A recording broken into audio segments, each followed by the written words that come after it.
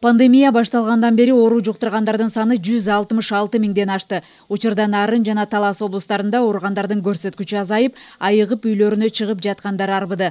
Дарыгерлер вирус өзгөчө буга чейин ооруган жарандарга кооптуу экендигин эскертет. ВИЧ илдетинен жабыркаган 123 адам коронавирус жуктуруп алган. ВИЧ илдетин жуктурган 116 адам стационардык дарылануудан айыгып чыкты. Бул арада вирус 7 адамдын өмүрүн алды. Оорунун 4-чү баскычындагы жарандар ковид жуктурганда организми начарлап, инфекциялар пайда болгондуктан сөзсүз эмдөөдөн өтүү сунушталат. Азыркы тапта 60 адам атайын эмдөөдөн өткөн.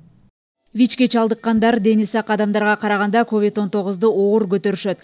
Өлкөдө ВИЧ инфекциясынын 10.158 учуру катталган. Алардын ичинен 2.337 адам көз жумган. ВИЧ инфекциясынын антиретровирустук терапиясын 4.806 бейтап алып жатышат.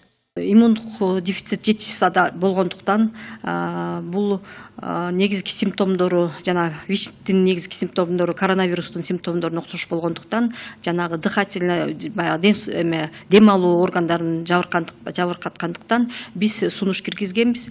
COVID-19 ПЦР положительный болгон адамдарды жана больницадан тышкаркы пневмониялардын бардыгын ВИЧке текшерүү боюнча сунуш киргизгенбиз.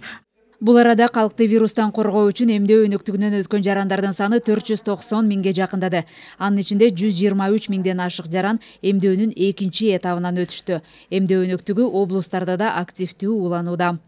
Эң биринчилерден бул баягы үлгү көрсөтүү максатында биринчи, экинчи өзүбүздүн ден соолугубузга кам көрүү, ошол эле жакындарыбызга кам көрүү максатында, ошондой эле эң биринчилерден бул баягы өлкөбүз бийлик кыйнап атат дегендей эмес. Бул баарыбыз силерге ушу калк менен чогуу, чаран көп учурда ушулар менен тыгыз иштеген үчүн биз бул эмдөөдөн өтүшүбүз керек болчу да. Акыркы жумада оору жуктургандардын саны 1000ден азайып, бүгүн 696 кишинен оорунун жаңы учуру аныкталды. Бул арада 1681 бейтап айыгып үйлөрүнө чыгарылды. Элиза Нурматова, Руслан Сабатаров, Ала Тоо 24.